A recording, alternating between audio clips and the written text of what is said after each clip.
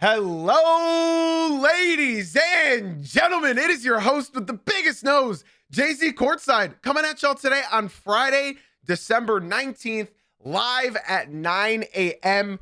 Eastern. Ladies and gents, I got to remind y'all in case you forgot, this is our last episode until December 29th. Last episode until December 29th. I'm leaving the country, going on vacation. So I am not going to be watching any NBA unless they have it on. Maybe I'll ask a bartender or something if I'm at the bar to put on the Pistons game. But this is the last episode until then, okay? So hopefully y'all can survive without your boy. But for now, we got a podcast to take care of, y'all. And then I'm out. If you guys do want more content, again, JZ Uncut on YouTube. We post high quality documentaries that you can't find anywhere else. Not on Netflix, not on Prime. Not anywhere, okay? Not anywhere. So again, I do have to reiterate, last episode until December 29th, if there's plenty of content for you to just digest in the week that I'm gone. I got a lot of happy New Orleans fans in the audience today, and I'll get to y'all in a second. Today's episode, we are not doing winners and losers of the NBA week. I sort of forgot that it was the end of the week, so I just didn't do it. That's my apologies. Instead, we're going to do another up-down report at the end of this episode. But first, we got a lot of games to cover. And a lot of controversial calls, ladies and gents, and we will be talking about it. We're going to be showing some stuff throughout this episode as well. So if you would like to see some visuals, of course, come into the Twitch stream. We do these Monday through Friday at 9 a.m. Eastern, except for next week. All right. Ladies and gentlemen, let's get it started with the Houston Rockets choking against the New Orleans Pelicans. Now, I know a lot of people are going to be talking about, did the Houston Rockets lose this game or did the New Orleans Pelicans win this? Shut up. Shout out to all my New Orleans fans in this world. Shout out to my boy Take Flight Nola into the Twitch stream who just gifted 5 subs. That's how hyped they are. Ladies and gents, that's how hyped they are. They're willing to gift 5 subs because their team won. And I even played the Retro Pels anthem before we started this episode. Shout out to the Pelicans, man. They did their thing, right? I got some important things to talk about when it comes to this team. Man. First and foremost, Saddiq Bey, clutch. Miss you in Detroit every day, baby. Trey Murphy, 3 first-round picks, please. Herb Jones, 18 points, 3 rebounds, 3 assists, 8 steals, 50% shooting. Derek Queen, double-double, 16 points, 12 assists, plus 18 on the court. Jeremiah Fears, not a good game, but it's okay. You did your thing. And then off the bench, it's a pool party, low-key. Jordan Poole with 15 points. Zion looked horrible, but that's neither here nor there. We will take as many picks as you are willing to offer us for Zion Williamson. Zion did not play in the fourth quarter. He did not play in overtime. I think his minutes restriction was probably like 20 minutes. Should have been like 12 minutes. This dude looked so disengaged all night. He had this nice-ass lay. Just didn't work. As soon as they stopped playing him, they came back, man. They came back. Your Pelicans are not 5-22 bad. They're 6-22, so get it straight. They're also not 6-22 bad, man. Listen, the Pelicans this year have really, I've talked about it a lot. They've really reminded me about that iconic 28-game losing streak in Detroit, man. Most of their games, the Pistons couldn't close. They were up by 10 in the fourth quarter, and they choke it away and lose. The Pelicans are sort of the same way. They'd either fall down by 25 and lose, or fall down by 25 and have to come back and end up just choking in the middle of the comeback. They would literally bring the game back down 25. I remember the Timberwolves game just like a week and a half ago. They brought the game back. They lost. They've done that multiple times throughout this year where they've made it a game and then they just fail. And Willie Green genuinely held this team back. As soon as they lost Willie Green, all of a sudden they are a top 10 team in offense.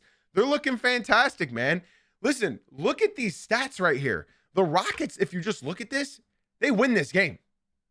Look at everything here. They win. Biggest lead, 25 points. Doesn't matter. They had 20 turnovers. 20.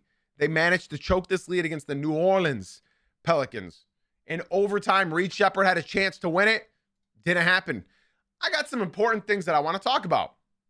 Kevin Durant, in case you guys don't know, I was doing a watch party of these games last night in my Discord server. If you guys want to get involved with those, join the Discord, idiots. Pay attention to the announcements, idiots. We watched this game's end together. We were all hype as shit. Y'all should have been there. Y'all should have been there. I said last night, and I've said multiple times throughout this week, that Kevin Durant, does he not want to win basketball games anymore? Is he just over it? Is he over it? This is the second time I'm going to say this. Last time, Şengün had 27 shots. And Durant had the same amount of shots, 15.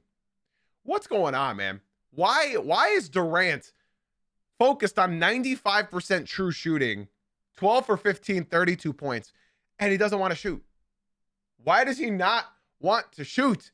Why does Kevin Durant not want to win these basketball games? I don't get it. I genuinely don't get it. Alperen Şengün is good. But if he's starting to shoot 25 to 30 games every night, which he's doing, it is time to give Durant the ball. I don't care. People are telling me Herb Jones was denying him. You're absolutely correct. So Durant should bring the ball up the court like he's done for 17 years.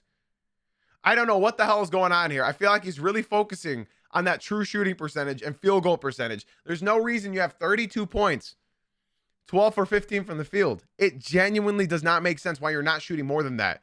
I understand Alperen Şengün is younger. I understand Alperen Şengün's that guy in Houston, but this dude played 7 minutes less than Durant.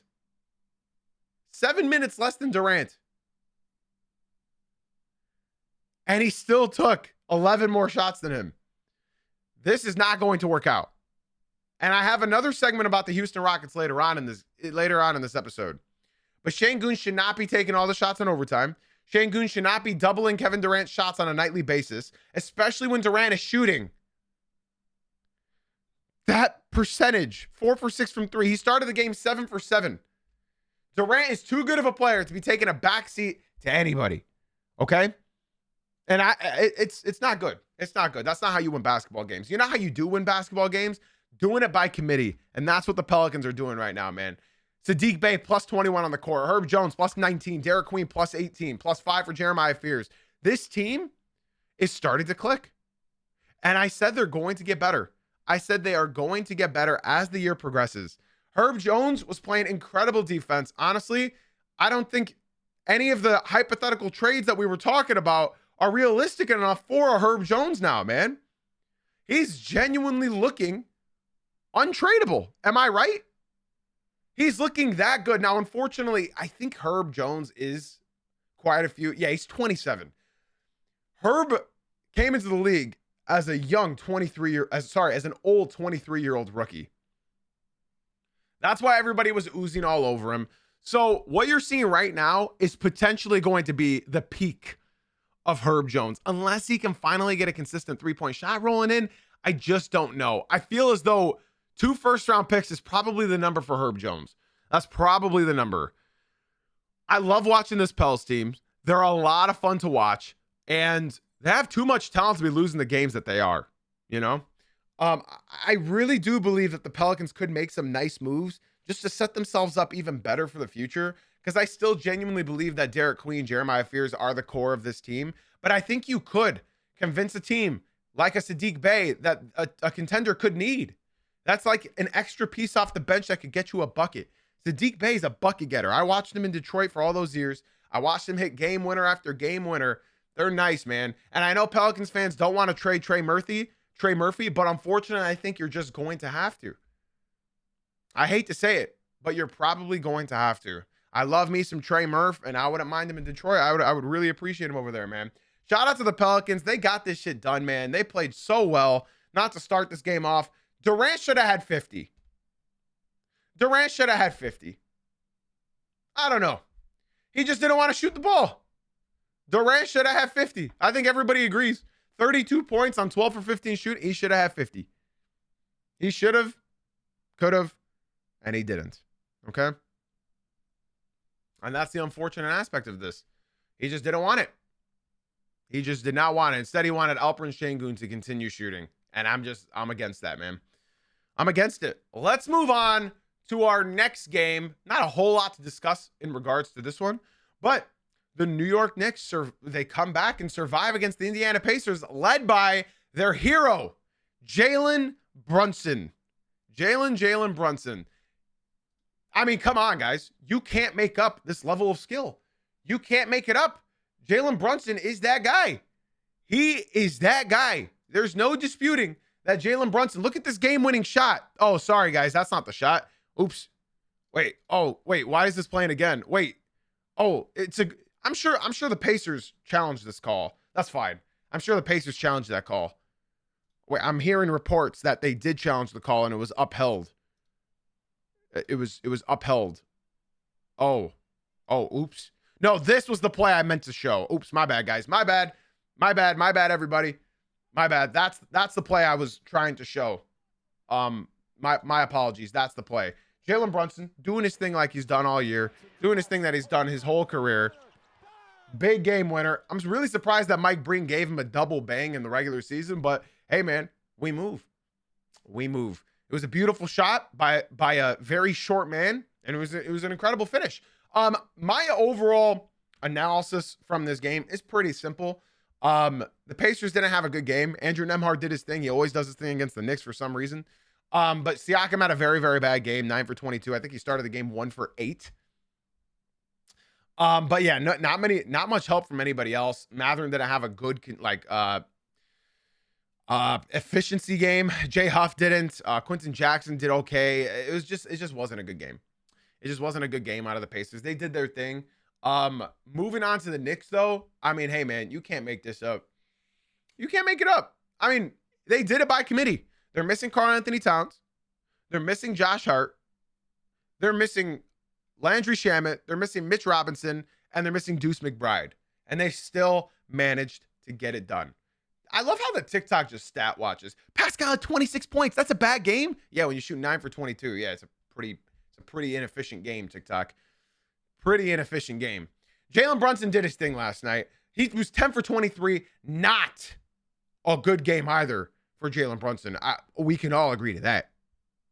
Not a good game from Jalen Brunson. But these are the kinds of games that I expect teams to win.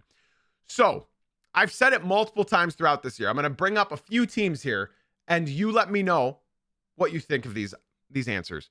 We've heard from Heat fans they're missing players, and that's why they're losing games. That's BS. We've heard from Cavs fans that they're missing players, and they're losing games. That's BS. The Magic are missing players, and they're losing games. That's BS. When you look at the tiers in the Eastern Conference, there are quite literally tiers in both conferences. The Pistons have missed starters. They've missed entire starting lineups. They've missed their top 8 guys on their team, and one with G Leaguers and 2-way contracts. And then you have the Knicks, who are winning without half their roster, half their starting lineup, and they're winning these games. Good teams get it done.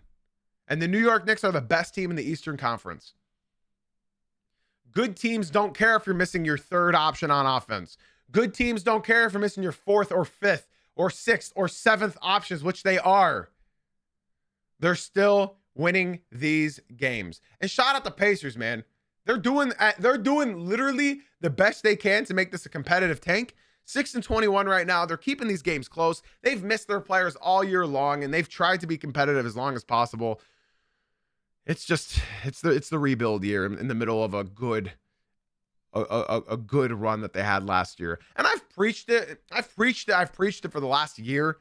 Even though I wasn't doing this content creation thing for the NBA for the last year, I've preached it for the last 2 months. But even before I was still a gaming creator, I was still preaching that depth wins you championships now. Straight up.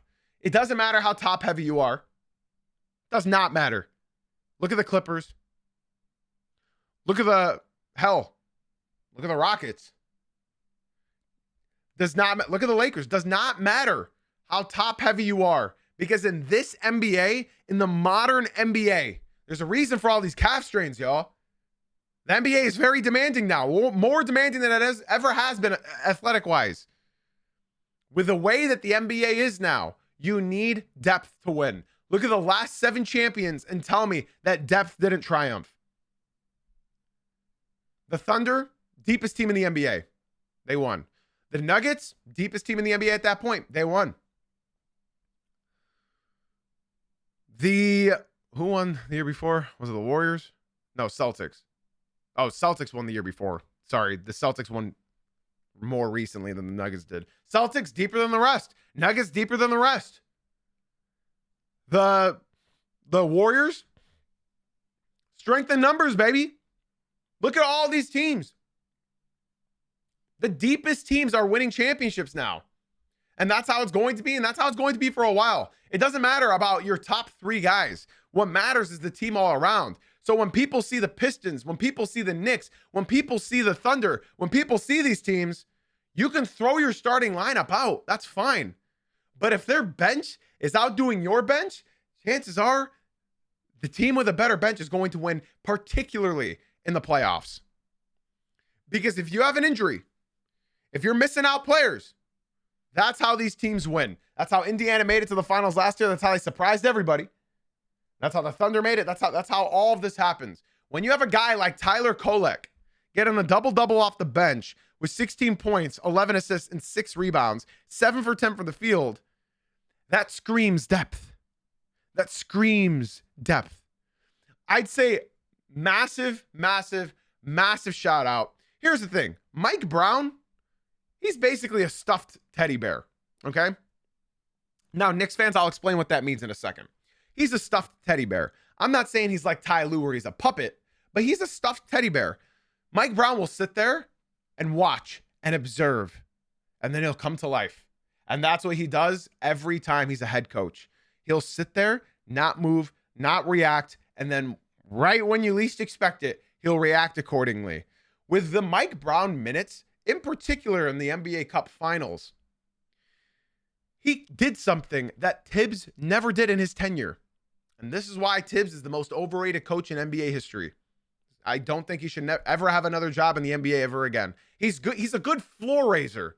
He's a good floor raiser. He can bring a bad team to mediocrity, but he cannot make a mediocre team a championship level team. And Mike Brown has the capabilities of doing so. He had Tyler Kolek in the game in the Cup Finals. He had Jordan Clarkson in the late game of the finals. He's bringing in these players at times where normal coaches wouldn't. He's putting in players who earn those minutes to stay on the floor. Yeah, the way he treated Huck Porty last night was brilliant as well. He talked to him for 60 seconds and put him back in. I absolutely agree. Mike Brown he's a good coach. He's a good coach. He's not a great coach. I'm not going to blow smoke up our asses. He's a good coach. I think he's better than average. He knows what to do and how to do it.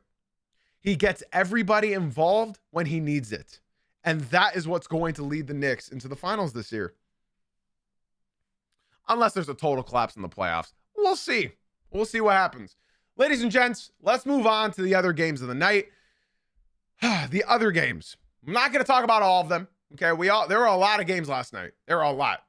And I low-key got to keep this episode short because I got a lot of work I got to do for the main YouTube channel. You guys know Friday streams are always the most dead streams out of the week. It's been the same case for the last 4 years for me. Friday streams are always the worst streams for me because everybody's cramming work in. They all save their work for Friday because we're all procrastinators. Guess what? I saved most of my work for Friday. So I'm busy. I got to get a haircut. I got to pack my clothes. I got to record this video. I got to get all the footage for that video. And then I got to review the video that's uploading tomorrow. So I got a lot of stuff to do, and we're going to keep this episode a little bit short. Friday is always the worst stream, but it's the best stream because you guys are here. Okay? The photo of the night last night was this one right here, y'all. This was the photo of the night. This was not a foul, by the way. This was not a foul. I'm not going to talk too much about the Pistons. We got some games that I want to touch on. The Detroit Pistons game last night,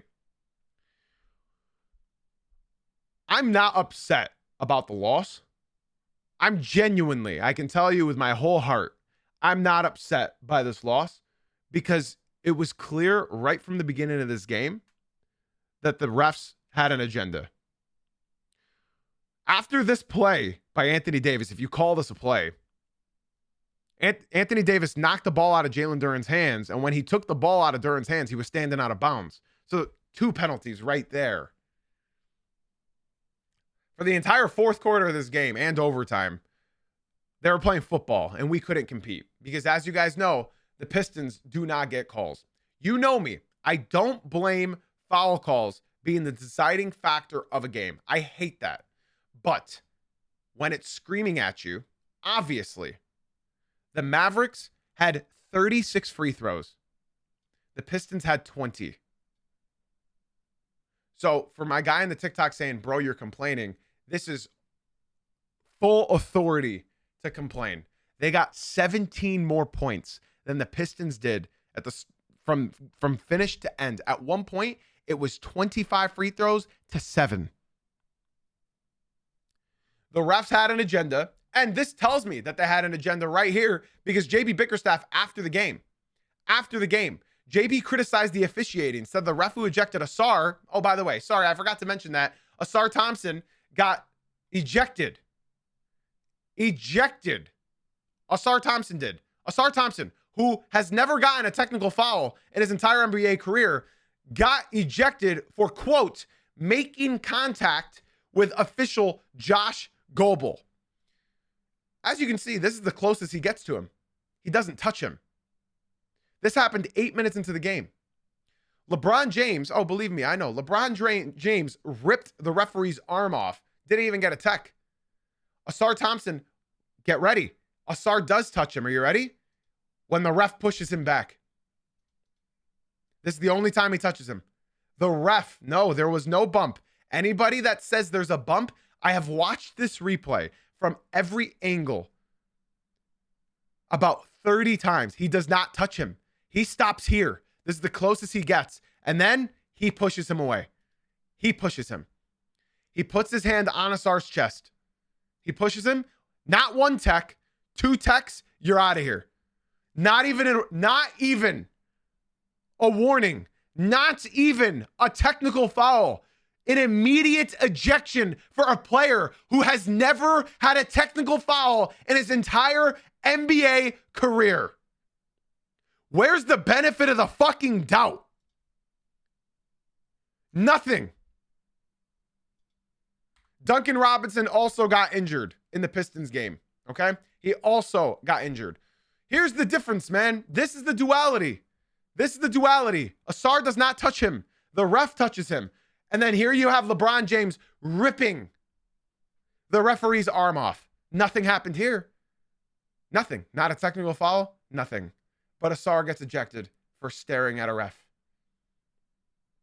I have seen Draymond Green every night do worse than this, not get called for a technical foul. And Ausar gets ejected for that. Now, at one point, Pistons had 7 free throws. The Mavericks had 26. Let me continue. Someone dug up these stats. Josh Goebel, when officiating the Mavericks, minus 49 wins, career most. Against the Mavericks, minus 8.5 shooting fouls, career least. This was not a foul. That was not a foul. Anthony Davis wrapped around Jalen Duren. They asked Josh Goebel why he ejected Ausar and why he gave JB Bickerstaff a technical foul. Because mind you, Cade got a tech, JB got a tech, Ausar got thrown out, Duncan Robinson got hurt. Can you explain why Ausar Thompson was ejected? His simple answer was for aggressively approaching and making contact with the official. Sir, you made the contact. Why was JB Bickerstaff assessed with a technical foul just before the half? Continuous complaining. I'd like to show you guys this clip. In case you guys don't know, Cade Cunningham got called for a technical foul in the first half. He got called for a technical foul in the first half, okay? So, at the end of the first half, Cade Cunningham went up to this official, don't know his name, and was just talking to him. He was just talking. Just talking. This is halftime right now. And then Josh Goebel walks into the camera. Nobody's talking to him. Nobody's talking to Josh Goebel. You guys see it. Cade's talking to the ref. Josh Goebel walks past, bumps into Cade,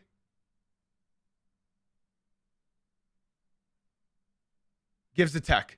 And he pointed at Cade, just so we're all clear. He gave this tech to Cade, but then he realized Cade's going to be ejected if he gives that to Cade. So we got told, all the commentators told the broadcast, the Mavs broadcast and the Pistons broadcast, that Cade Cunningham was just thrown out of the game at halftime.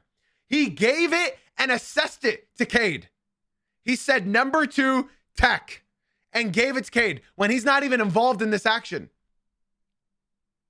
And then he realized that was Cade's second tech that he called on him and then changed it to JB Bickerstaff. It's truly unbelievable. It is truly unbelievable. Now, again, I'm not going to say that the officiating is the one reason the Pistons lost this game. Pistons shot 6 for 33 from the three-point land. Horrible. The Pistons shot horribly, 38% from the field. You cannot win games like that. The Pistons were down 18 and brought it back, led by two-way contract Dennis Jenkins and Marcus Sasser. The Pistons did all they can to come back. They failed. The referees did not help. Let's move on to another fun and entertaining game. The Charlotte Hornets and the Atlanta Hawks. Jalen Johnson, 43 points, 11 rebounds, 9 assists. They were down by, I think they were down by like 25. The Hawks were. They brought it back. They brought it back. The Hawks were down by 24. And they brought it back. The Hawks never let in this game. Not once. Unbelievable game from Nickeil Alexander-Walker and Jalen Johnson. Trae Young, 8 points, 10 assists, -3 on the court. So he didn't really play a whole lot, only 18 minutes. Nickeil and Jalen Johnson played incredibly well. Hornets masterclass. Incredible games from Brandon Miller. Your big three, Brandon Miller, Con Knipple, and LaMelo Ball. They hit 21 threes in the first 25 minutes of this game. They hit 21 threes in the first 25 minutes of the game. 21. For the rest of the game, they hit 3 threes. So they started to lock. They started to come back down to earth. The Hornets were doing their thing. They were cooking up a storm. They were having some of the best shooting that we've ever seen. I can't watch Hornets games live because I live in North Carolina, so it's blacked out. But I can watch the full games condensed. And my God, there were so many heat checks in this game. Con Knipple, 28 points, 5 rebounds, 7 assists, plus 18 on the court, 6 for 12 from deep. Incredible player. LaMelo Ball did his thing, man. 28 points, 13 assists. 10 for 16 from the field, 8 for 11 from three-point land. It's beautiful. It's beautiful. It's beautiful. It's beautiful. And I hate that we'll probably only see this one more time for the rest of the year because LaMelo can't stay on the court. The best ability is availability, ladies and gentlemen. But what you just saw could have been the future of Charlotte Hornets. LaMelo Ball, Con Knipple, Brandon Miller. I wish that could happen. I just don't think we're going to see them enough for me to even warrant talking about them for more than 5 minutes. I'm sorry, Hornets fans. I truly hope that you guys can stay healthy and play basketball because, my God, when y'all play basketball and you guys are healthy, this shit is fun. I don't think I watched a more fun game as far as offense goes this all season so far. Best ability is availability, guys. Next game, real quick, Phoenix Suns come back and beat the Golden State Warriors. Another game decided by the officials. The end of the game, Warriors weren't allowed to do anything. They made up their mind. Suns were getting every call that they wanted, and the Suns ended up inking out a win by 1. Straight up. Curry, horrible game. Absolutely abysmal game. Curry has these weird games where he goes 3 for 13 from the field for 15 points. You got the Pods game, Pods legacy game. I mean, look at this bench production. This is just horrendous, man. This is horrendous. And Jonathan Kuminga is still only getting 10 minutes, 1 for 5 from the field. How do you expect the guy to shoot well if he's not playing at all in the NBA? There's going to be a lot of last 2-minute reports tomorrow morning, y'all. There's going to be a lot of corrections done by the officials. Shout out the Suns for winning that game. The Lakers and Jazz, I'm calling it the all offense, no defense game. Luka Doncic got called for a technical foul this game for dribbling the ball too high. He got called for a technical foul for bouncing the ball on the court too high. Oh boy, another ref that's just in his feelings and thinks he's the star of the show. Have you guys noticed that's 3 games so far last night that have had their impact done by the referees, okay? LeBron, when he was orchestrating the offense of this game, was beautiful. When it was Luka, and it was not looking good. LeBron needs to handle the ball way more often for this team. Scary scene as well. Clayton Jr. dove into LeBron's leg. He was okay. He might sit out for a game because that soreness is going to be tough. Ace Bailey had a great game. Keontae George had a great game. The Jazz were without Lauri Markkanen, and it showed. They needed more offense. The Jazz needed to score 150 points to win this game. This is the all offense, no defense game, man. And if you guys like offense, this is the game to watch, man. This is the game. Luka, 45 points, 14 assists, 11 rebounds, 14 for 28 from the field. His three-point shot keeps like trolling. So one night he'll shoot 8 for 9. The other night he'll shoot 4 for 12. It's weird. It's weird. Let's talk about another game that was decided by officiating. Guys, have y'all noticed that? That's 4 games last night that were decided by officiating. Well, the Lakers wasn't decided by officiating, but there were impacts made. So 3 games decided by officiating. It's starting to really like intrigue me why Deni Avdija has one of the best whistles in the NBA. Why is he done to deserve the whistle he has? 12 free throws. Cade Cunningham could never. He could never. Nobody on the Pistons could ever get 12 free throws. Deni Avdija, sure, you get 12 free throws. And the game-winning play, Deni Avdija was going for a reckless layup. Drove into Russell Westbrook. The game ends. All of a sudden you hear the whistle. The game ended and they called a whistle. They get 2 free throws. Portland wins the game. They were down 1. They get 2 free throws. Portland wins. I feel for Westbrook. I feel for Kings fans. They can't get lucky, man. This game was decided literally by a whistle. Because imagine calling fouls with no seconds left on the clock. Imagine that. That is not basketball. It's just not. And then up for last, we got the Magic falling to the Denver Nuggets. I got to admit, the Magic did put up a fight. They were down by 21, and they came back. They had a pretty good third quarter and fourth quarter, but unfortunately, it just wasn't enough to topple Jamal Murray's unbelievable performance, 32 points. Jokic with another 20-point triple-double like it's nothing. Spencer Jones, good game. Cam Johnson, good game. Guys, this is all without Peyton Watson, Christian Braun, and Aaron Gordon. They are missing 2 starters, and they're 6th man of the year. Come on, man. Come on, man. Come on, man. Come on. Beautiful basketball. Beautiful basketball. And they're my favorite to come out of the West. They're my favorite. Straight up. They're my favorite to come out of the West. I mean, they're not my favorite. They're just who I'm leaning towards coming out of the West. Paolo Banchero, don't get fooled by box scores, ladies and gents. Because if you look at this game, you'll say, damn, Paolo had 26, 16, and 10. Not just was he 0 for 4 from 3. Not just was he 9 for 21 from the field. Not just was he a -6. I don't know what the hell Jamal Mosley's doing down there in Orlando. But why, for 7 minutes of this game, was it Paolo Banchero at the top of the key, dribbling, and everybody else has a cinder block tied to their shoes? What are we doing? Why is nobody moving? Why is it Paolo Banchero iso ball? Everybody else is stuck in the wings and corners. What the hell are we doing? What kind of basketball is that? You know why, right? It's because Paolo's their cutting man. Paolo, he can be on ball, but if you got no shooters surrounding him, then it's not going to happen. It's not going to happen. Desmond Bane, his worst game of the season, 3 for 11. Paolo Banchero did not have a good game. Do not be fooled. Paolo started to have a good game. You know when? When he started driving it to the hoop. When he remembered that he's 6'11", 250. That's when he started to have a good game. When he remembered how big he is. Wendell Carter had a good game as well, man. 26 points, 8 rebounds. Unfortunately, they just couldn't get it done. They just could not get it done. And that's the story of last night's games, man. That's the story of last night's games. Okay. Ladies and gents, I did have another segment saved for the end of this podcast, but honestly, they're not, it's not that good of a segment. I got to be fully honest with everybody. So I think I might just call it here and end the pod a little bit early. I'm not a fan of the segment that I created. So I think I might end the episode here. Just a quick recap of all of those games, right? Mind you, we will be back December 29th on Monday. It's a Monday, December 29th. So TikTok, if you guys are wondering where I'm going to be at, that's where I'm going to be. John, I'm going to be gone until December 29th, Monday. I'm gone all next week.